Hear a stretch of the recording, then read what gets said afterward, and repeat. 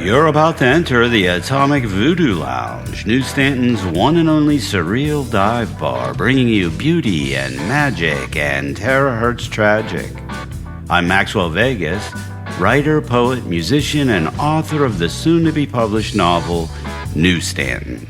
Descend with me into the static buzz of late-night radio, where words and music swirl through neon dreams and drift like cigarette smoke out over dried-up prehistoric seas. The observation of impermanence is at the heart of human existence. And observation itself is suspect, decaying, and beautiful. Welcome to the Atomic Voodoo Lounge Podcast 2025 Season 1 Finale. What a ride it has been in Kiko's old blue 64 Malibu, charging down that fearsome highway to the varied New Stantons of the mind. For those who have been here from the start, thank you. And for those new to the podcast, thank the owner, you finally made it. And I'm glad you're here. And remember, if you have a few too many while celebrating the end of things, the Starlight Inn is within walking distance, just up Center Avenue, past the Handy Fill. Wave hello to Guitar Gas on the way, and when you reach the Starlight, tell Chaz Maxwell sent you, and he'll give you the old AVL discount. I'd like to take this opportunity to personally thank all of the people who have so graciously contributed their artistic talents to making the Atomic Voodoo Lounge the place to be in 2025. Writers, poets, musicians, artists, friends, and listeners. While this started out as a one-man show, it couldn't have continued that way for long without your help. Tonight we'll have music from the Riptide Rats, Healing Gems, Happy Dog Project, Kitten and the Tonics, Urban Surf Kings, and Insect Surfers. Fiction selections include The One Who Steals My Dreams by Rain Stories in a Cup of Tea, and Doe Eyes by Lee Stackhouse. A review of Dennis Lehane's Shutter Island by @Cedric Selects. Poetry, novelist to his creation Harold Dean, as well as New Year's Eve as transcribed from the memory of Mr. Harold Dean by yours truly, Maxwell Vegas. Throughout the show, I'll be peppering you with 25 six-word stories about the end of things from various contributors. So, you're here on New Year's Eve at the Atomic Voodoo Lounge. What are you drinking? Maybe we should buckle up. When you have 12-bar chaos with wipeout attitude, you need a 12-bar cocktail to get you straight. And here it is, the Rum Wipeout. You'll need 1 ounce overproof rum, half-ounce Jamaican rum, half-ounce blackstrap rum, 1.5 ounces pineapple juice, 3/4 ounce cold brew concentrate, half-ounce Demerara syrup. Combine all of the ingredients in a shaker with ice and shake until cold. Strain into a highball glass over crushed ice and garnish with pineapple fronds and grated nutmeg. And try not to let this cocktail wipe you out.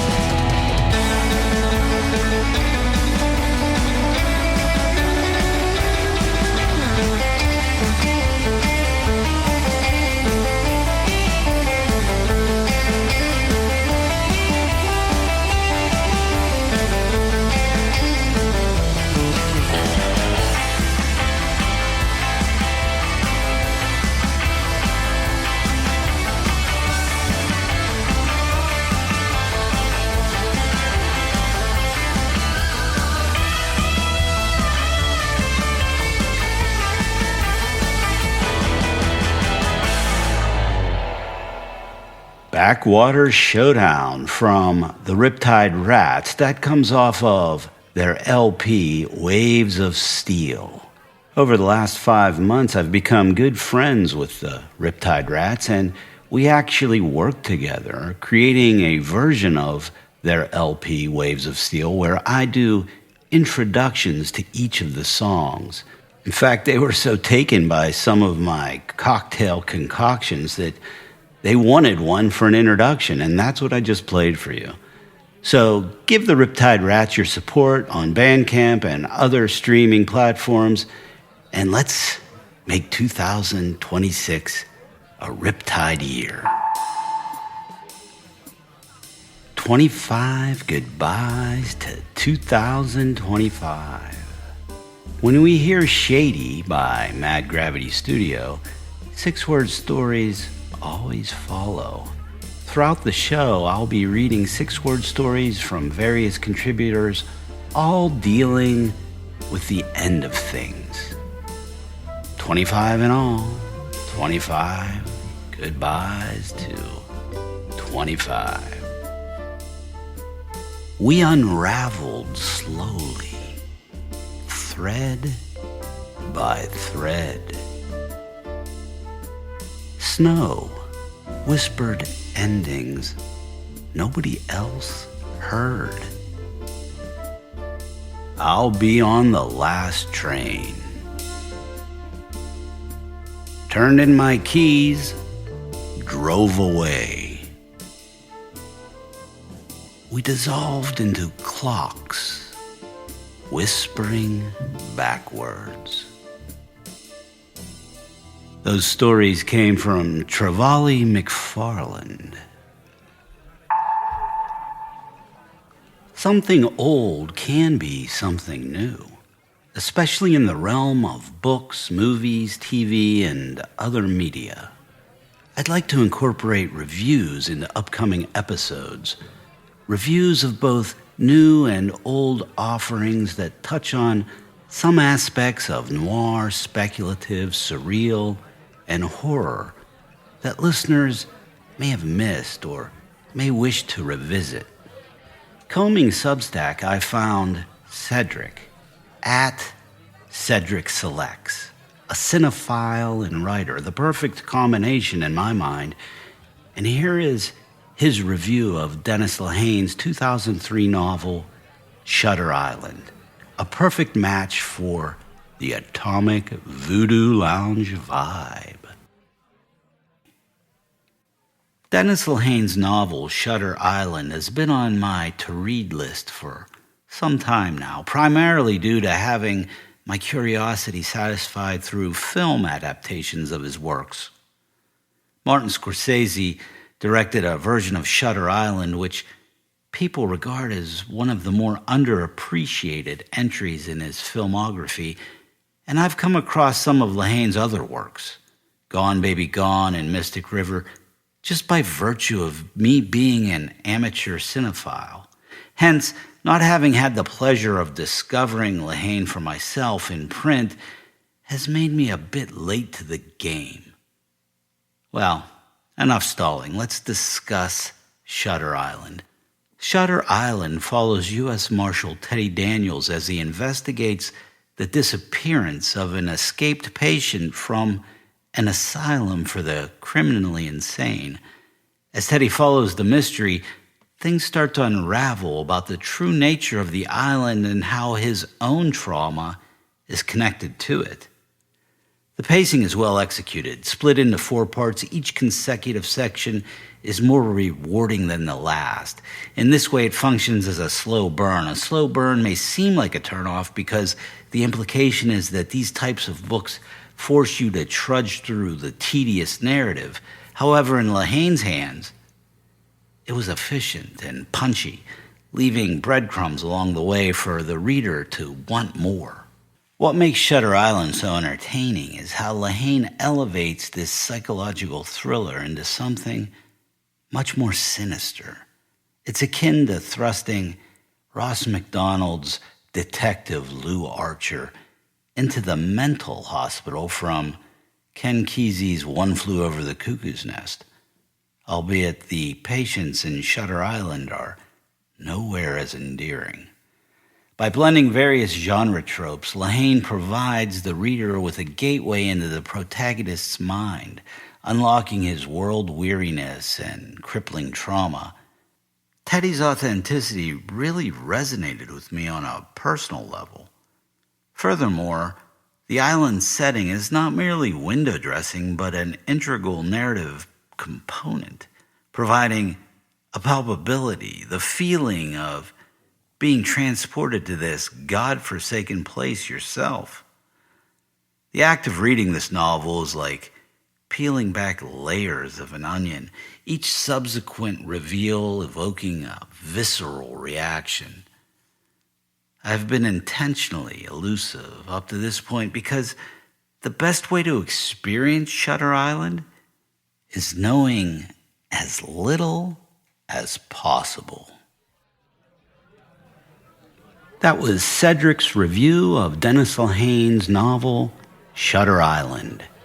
Check out Cedric at Cedric Selects on Substack for his curated insights on celluloid, literature, and television. The end of the year is always a time to reflect on the dreams of the past and the dreams of the future, and where all those dreams end up. Our next song is called Dream Eater by Healing Gems off of their In the Mood LP 2025.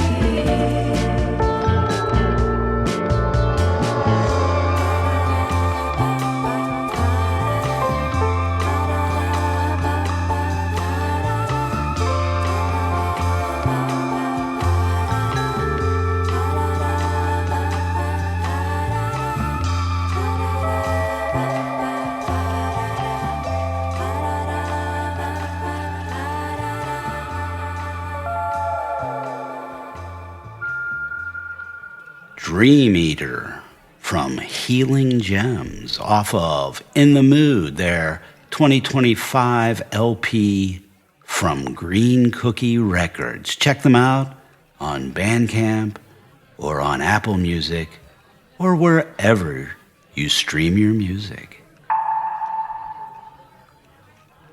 There are Dream Eaters, and then there is the one who steals my dreams.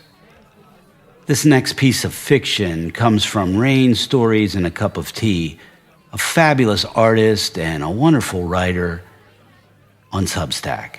You can check out their stuff at Rain Stories and a Cup of Tea. The one who steals my dreams.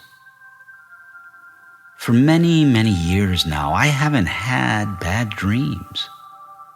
At first, I did not notice it, but one day I realized that there were none.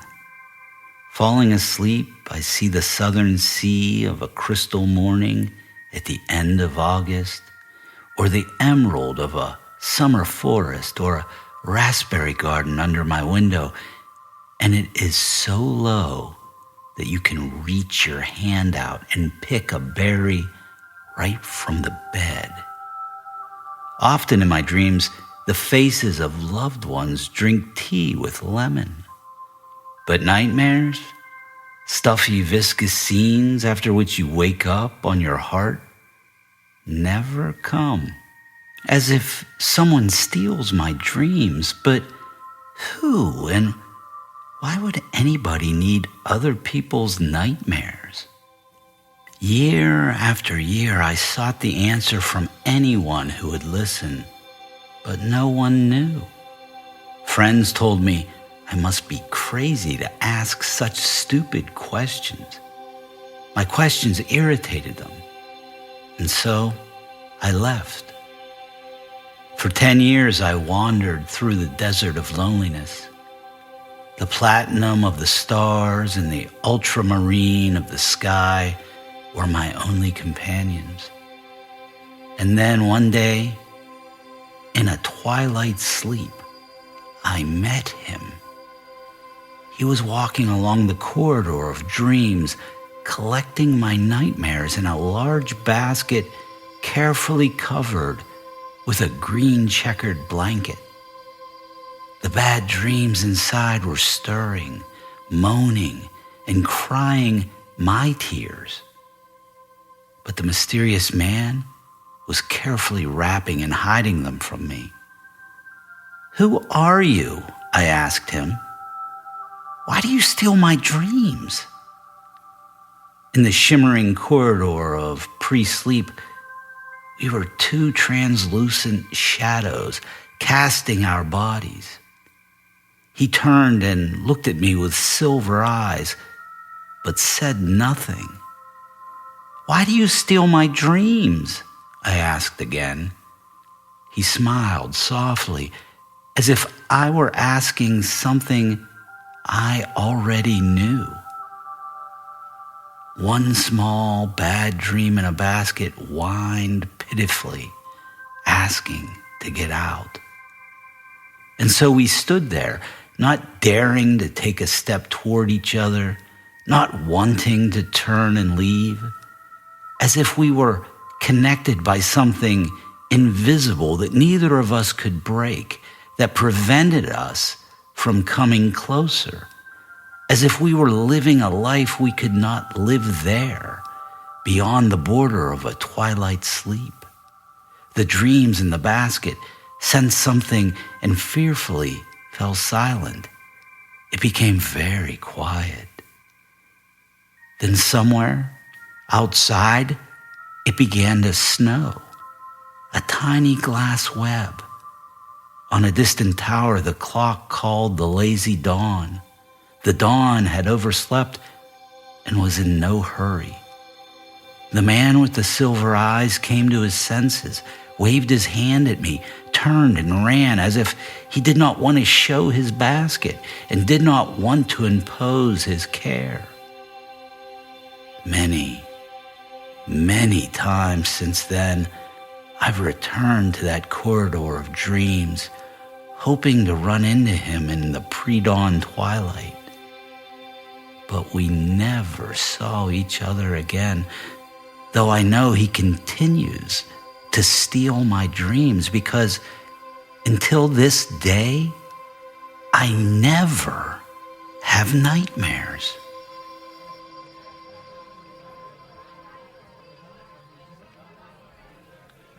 Please do me a favor and head on over to Substack, look up at Rain Stories and a Cup of Tea, and subscribe. There's some wonderful stuff there.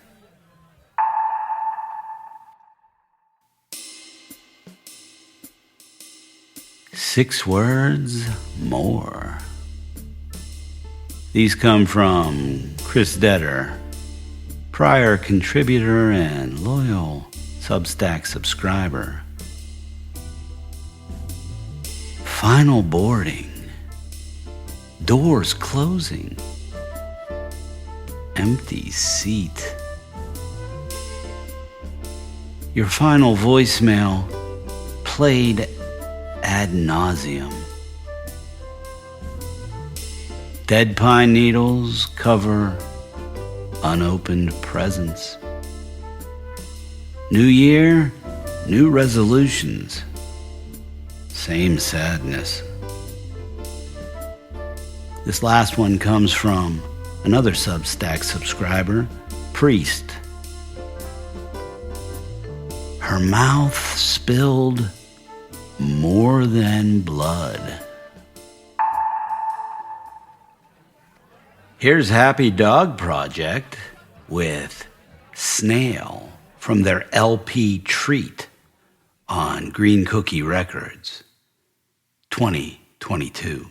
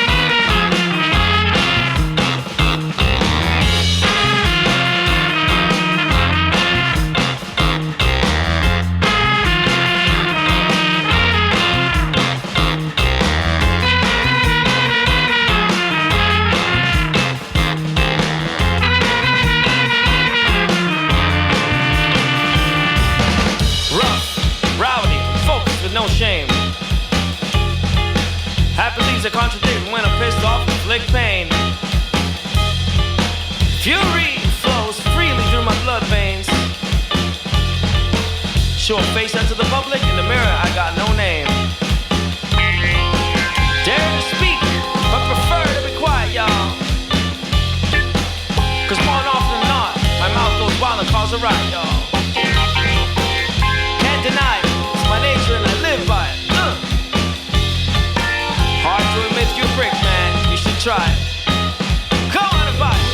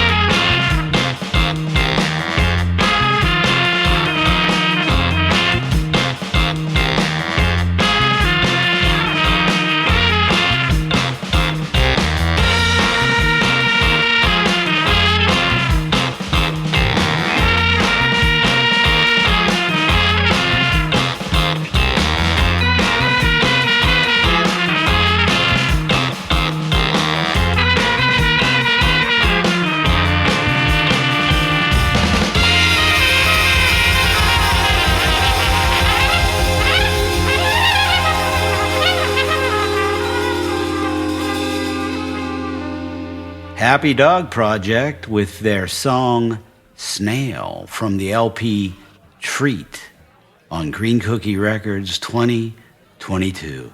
Check them out on Green Cookie Records at Bandcamp or on Apple Music.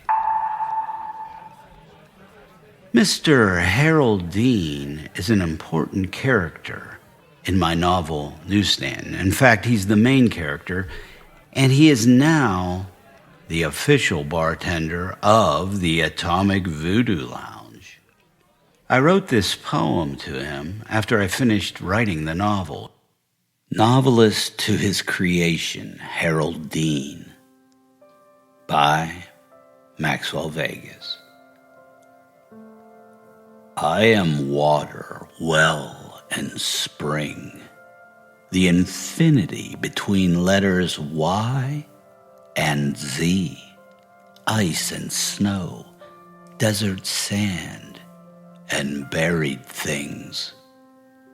You, brushstroke Harold Dean, dispersed by my hand, sent out, oscillating into such narrow immensities, molecular asylums betwixt idea and reality, henceforth to be recalled, plucked from your vibrating spectrum to report yourself flawed, bleeding, and spent back unto me.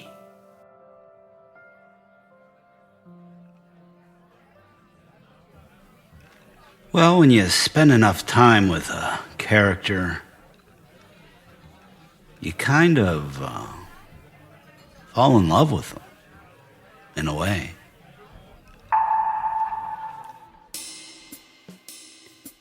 These 6-word stories come from returning contributor Laszlo. Go towards the light? Then what? Tossing confetti? Always a great panacea. 12 midnight. Where's the snooze button? Happy New Year. Merry memento mori. This last one here comes from another Substack subscriber, Library Lover. An embrace. A promise. Nothing more.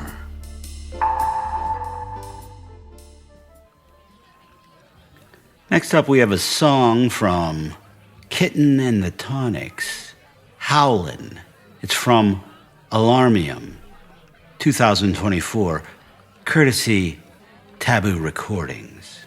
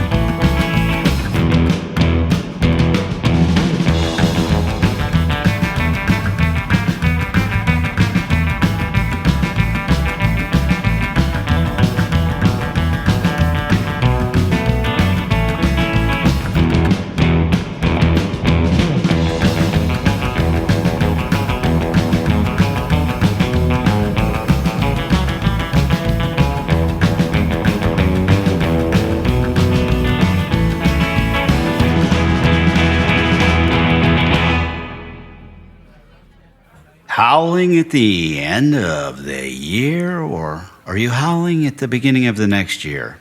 Who knows? But that's Kitten and the Tonics with Howlin' off of Alarmium, courtesy of Taboo Recordings. Check them out on Bandcamp or Apple Music.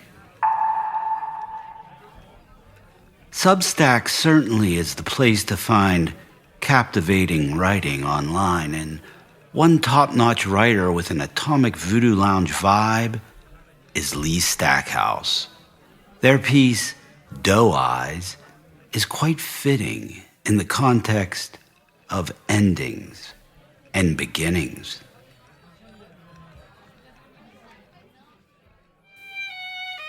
Doe Eyes by Lee Stackhouse. The night air tastes electric, humming against my tongue the way the world vibrates just before something terrible happens. I stand at the edge of the long black highway, its tar stretching between the trees like a blade. The forest breathes around me, warm with pine and damp leaves, but I feel cold.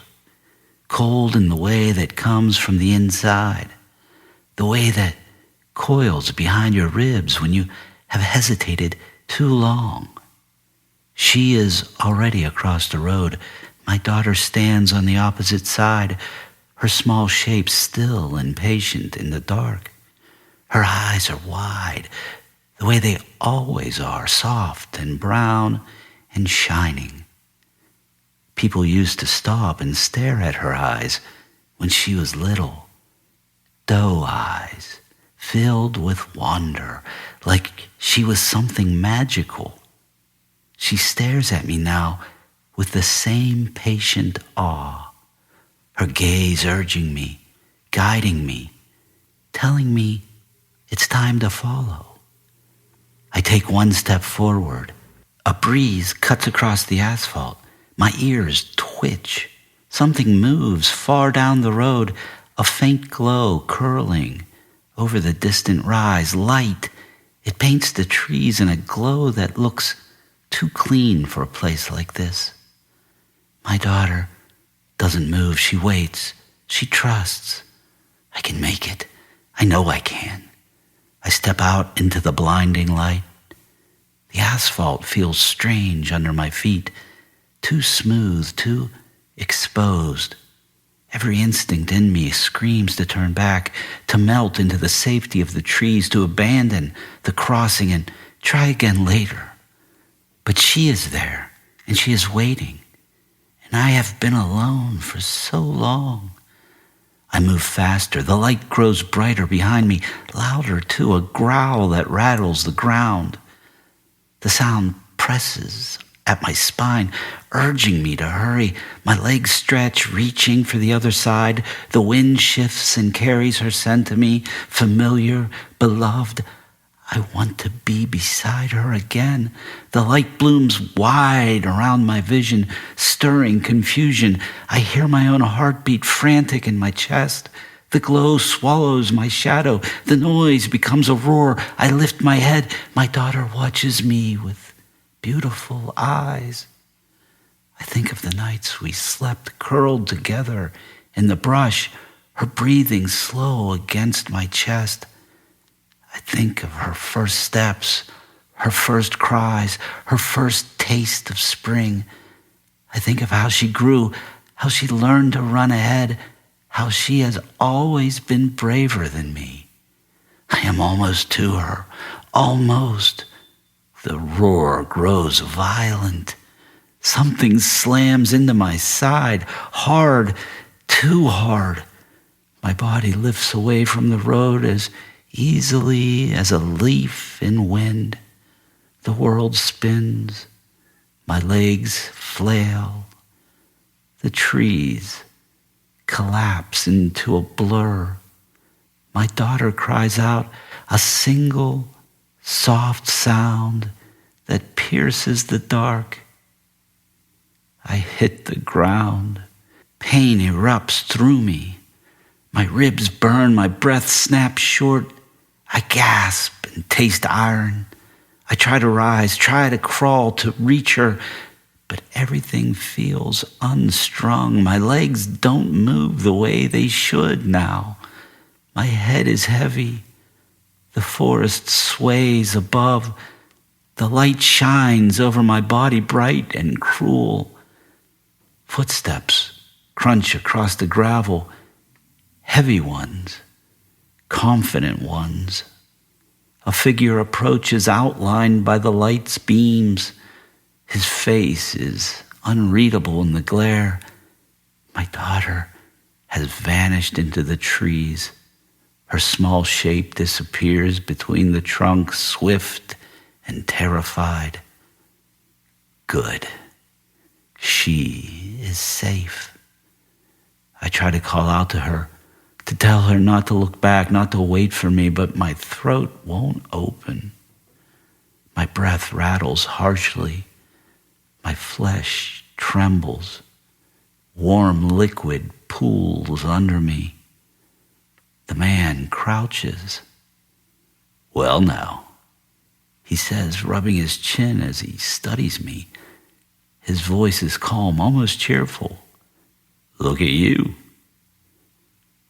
His shadow stretches long over the pavement. He tilts his head and looks into my eyes. My vision blurs. I am so tired. My last thought is of her eyes, her soft cry. Then everything fades. Silence swallows me whole. The man rises from his crouch beside the fallen body and wipes his palms on his jeans. He lets out a slow whistle and kicks lightly at the limp hind leg. Well, he says with a shrug, can't let good meat go to waste. He walks back to his pickup and lowers the tailgate with a practiced hand. His boots scrape across the gravel as he returns to the bloodied, lifeless mound. He grips the legs and hauls the body upward. The weight swings heavy and loose. He lifts with a grunt and tosses the remains into the bed of the truck. The dead weight lands with a thud. The man pats the stilled ribs. Kids will eat good tonight. He drives home through the winding forest roads, humming an old tune under his breath. The truck bumps and lurches, but the body does not stir. When he turns into the long dirt driveway leading to his farmhouse, the porch light flicks on. His wife steps outside, wiping her hands on her apron. She sees what is in the back of the truck, and her face lights with excitement. You got one, she says. Thank goodness. We've been running low. Big one, too, he replies. Plenty for the freezer. She beams. The kids will be thrilled.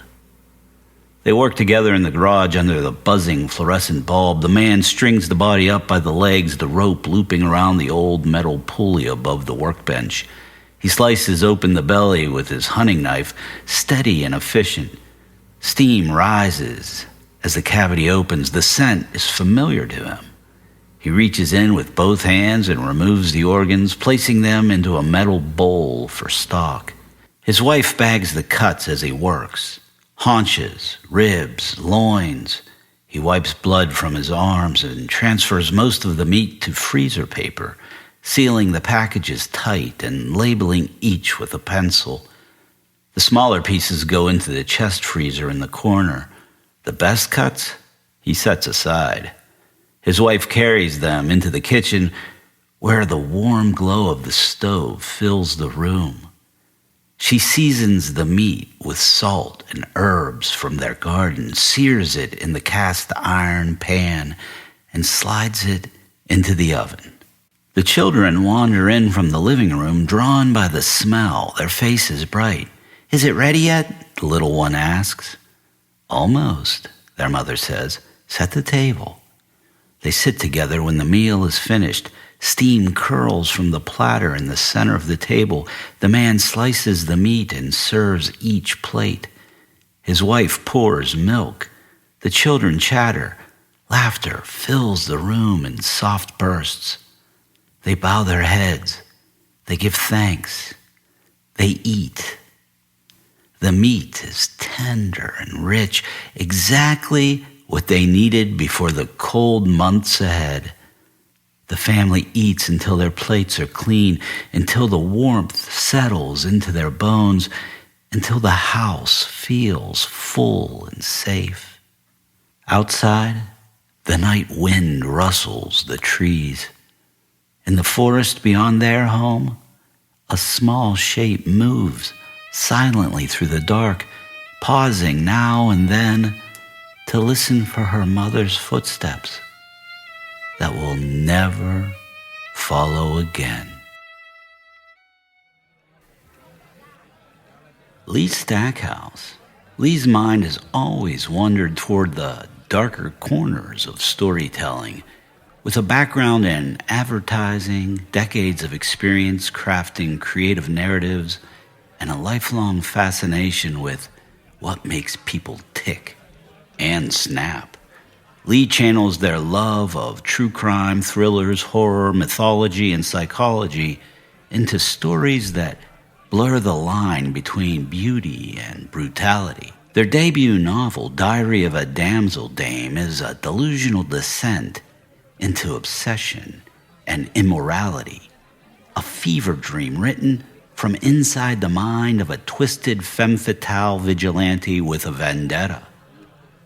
Lee's work combines the cinematic polish of their advertising years with the raw emotional grit of personal truth, exploring how trauma, identity, power, control, and psychopathy intertwine to form the monsters we hide behind closed doors.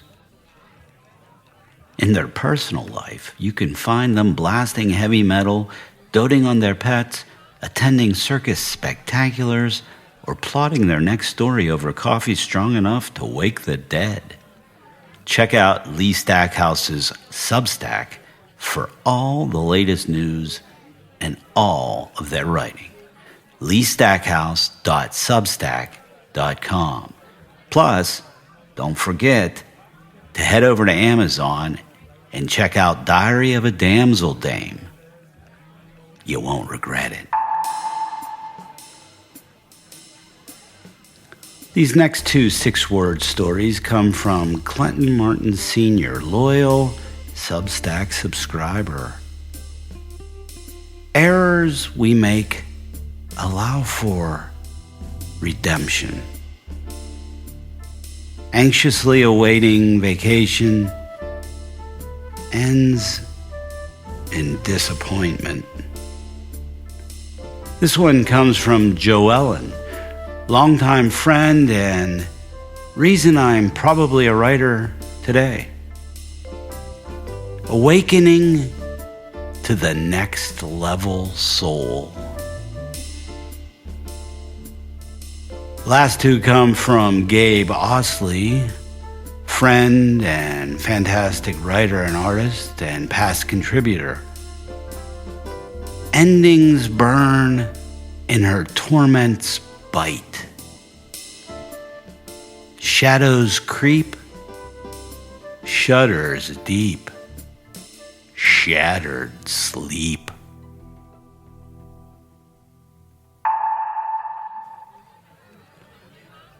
What's a winter holiday without a little snow, a little fun? Next up, we have Ski School by Urban Surf Kings off of their album Ski School 2009.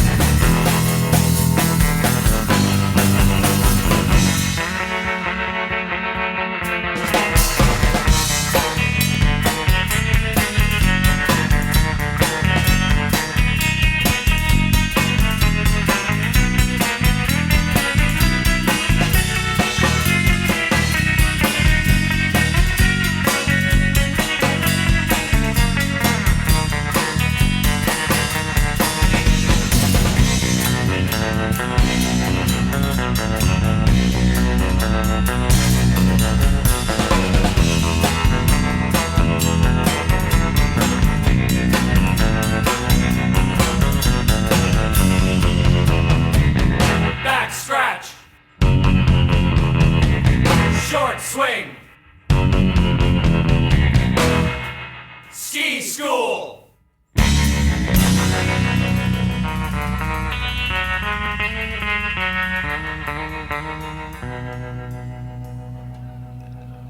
Urban Surf Kings Ski School from their LP Ski School 2009.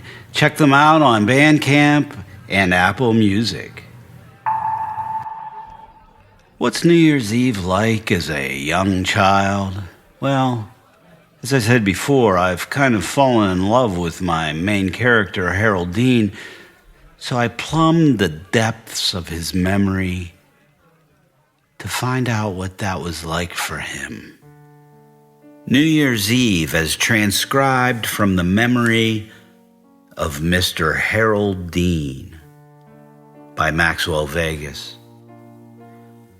I awoke on those New Year's Eve mornings after weeks of cookies, pizzelles and biscotti, Christmas lights from afar, rounds of visits to relatives, both loved and strange, the sugar hangovers of youth and hot chocolate and candy cane, and a world not quite real enough to fear, a dream existing in some snow globe tucked away, its soft twinkle lights blinking uncertainly.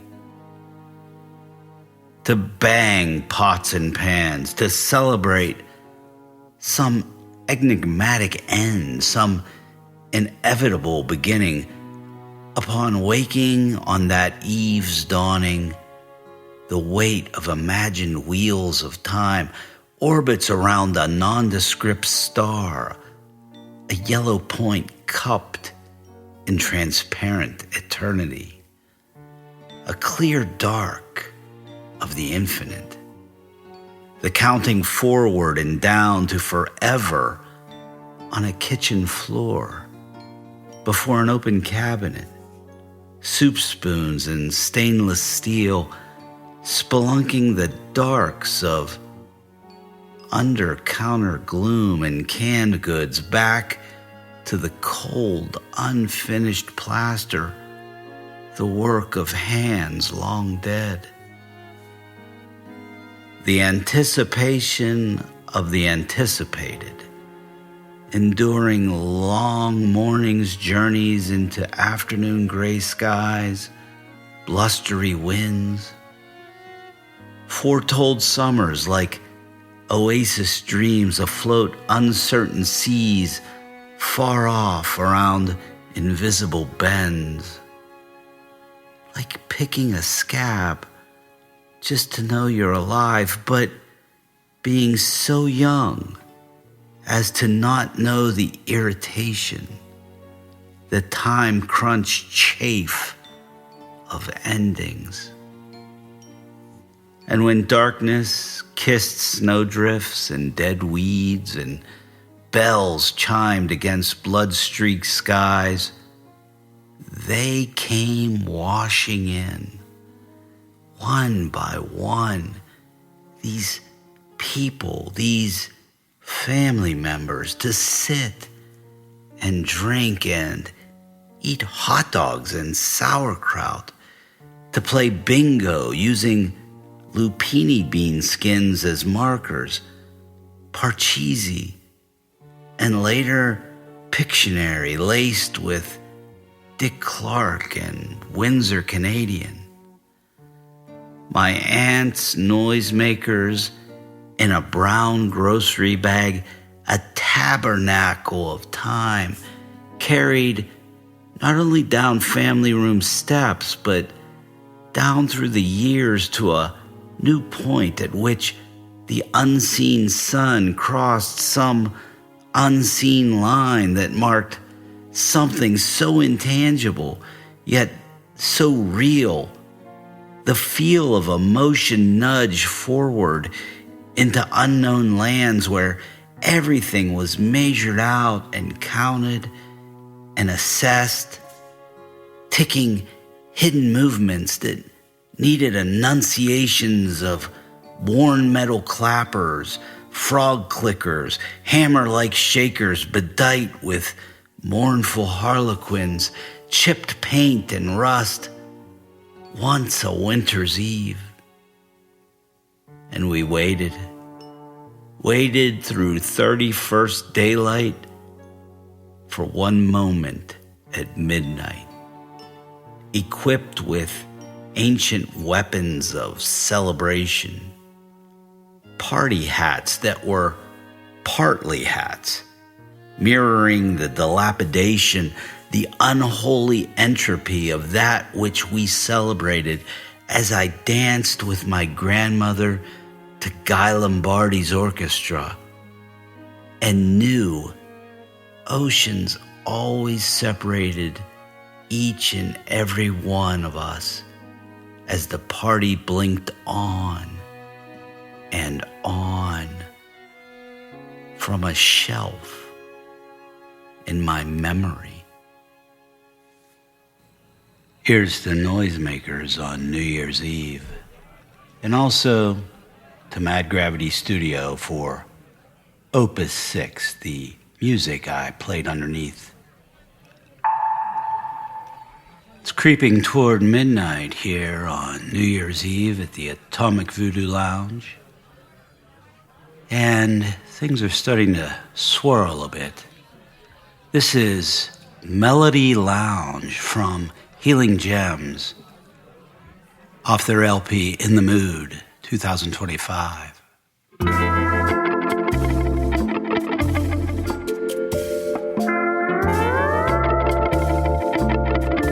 Perfume and cigarettes linger strong.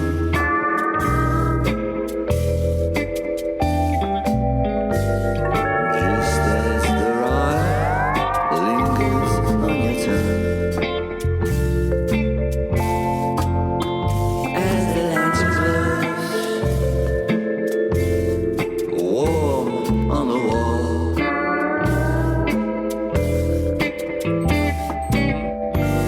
The cold of your fingers, now I recall.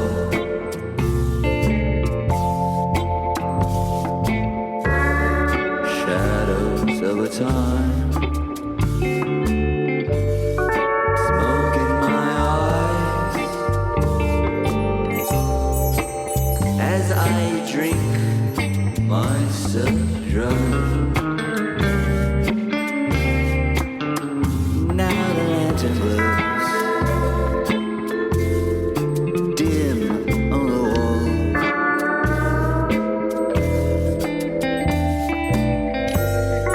Liquor in your eyes, now I recall.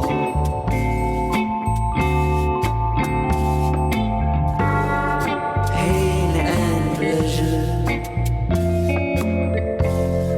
have come and gone. Perfume and cigarettes, they linger on.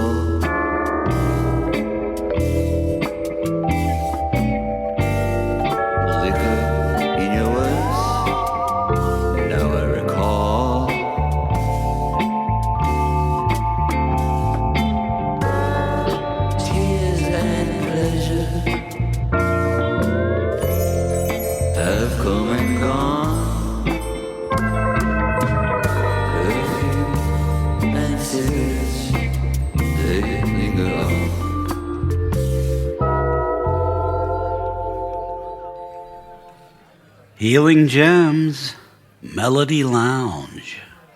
Courtesy of Green Cookie Records. Please check them out on Bandcamp or Apple Music.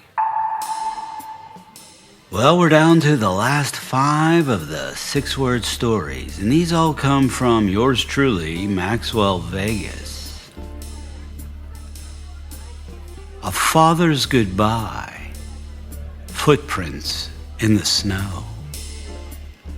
That's an abundant ending, he said.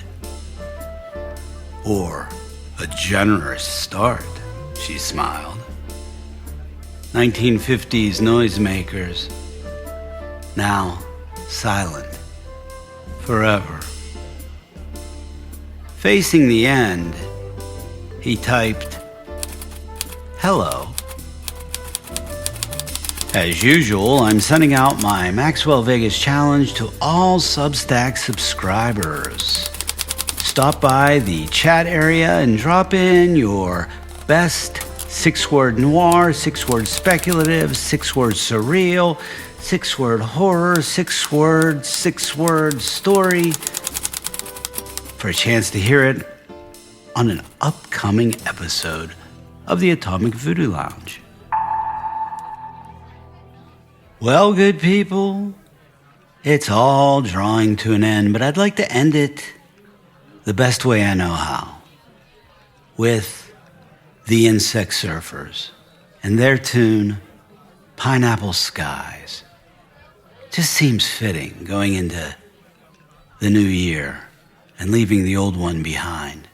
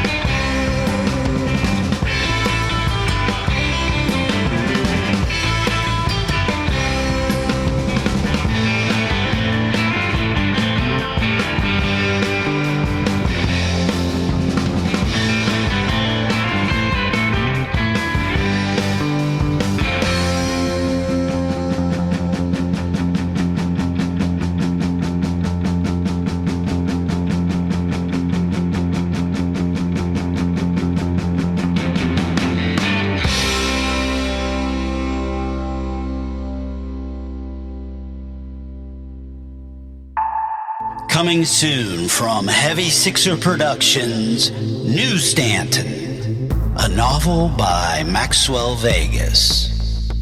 Mr. Harold Dean, a shady alcoholic, just woke up with one hell of a hangover at the Starlight Inn, New Stanton's dingy motel. The only problem is, New Stanton doesn't exist. Join Mr. Dean on this postmodern night journey through buried memories, liminal spaces, and treachery as he searches for his sole means of escape, a blue 1964 Chevy Malibu. Will he be able to find his car before the evil Dr. Freytag does? Can Mr. Dean trust a host of bizarre characters to help him solve the mysteries of his own dysfunction and accept that New Stanton is exactly where he needs to be?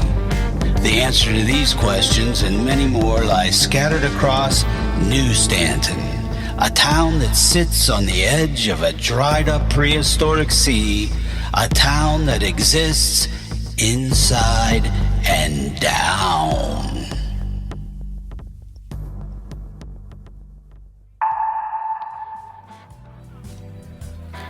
It's time to say goodbye to our 25 goodbyes to 2025. Glad you could be here to ring out the old and welcome the new.